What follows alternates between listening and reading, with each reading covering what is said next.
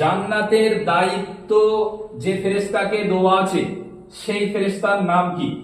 জান্নাতের দায়িত্ব যে ফেরেশতাকে দেওয়া আছে সেই ফেরেশতার নাম কি? হবে আবুল কালাম? হবে তোমার? তুমি বলো, বলতে পারবা?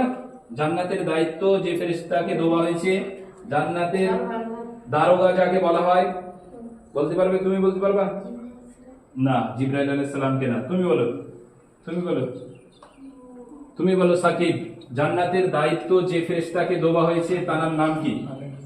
তুমি বলো ইব্রাহিম, তুমি বলো, তুমি বলো, তুমি বলো, তুমি বলো। হবে? তুমি বলো, হবে? হযরত মুসা। হযরত মুসা উনি তো নবী, ও ফেরেশতা না। আজরাইল আলাইহিস সালাম। তুমি বলো, তুমি বলো। হ্যাঁ, মালিক না। প্রিয় দর্শক মণ্ডলী, এই ছাত্রদের কাছে সবার কাছে প্রশ্ন করা হয়েছিল যে জান্নাতের দায়িত্ব যে ফেরেশতাকে দেওয়া আছে তার নাম কি? এরা কেউ বলতে পারেনি। এই প্রশ্নটা আপনাদের কাছে, আপনারা কেউ যদি জেনে থাকেন তাহলে কমেন্ট করে জানাবেন যে জান্নাতের দায়িত্ব যে ফেরেশতাকে দেওয়া আছে তার নাম কি।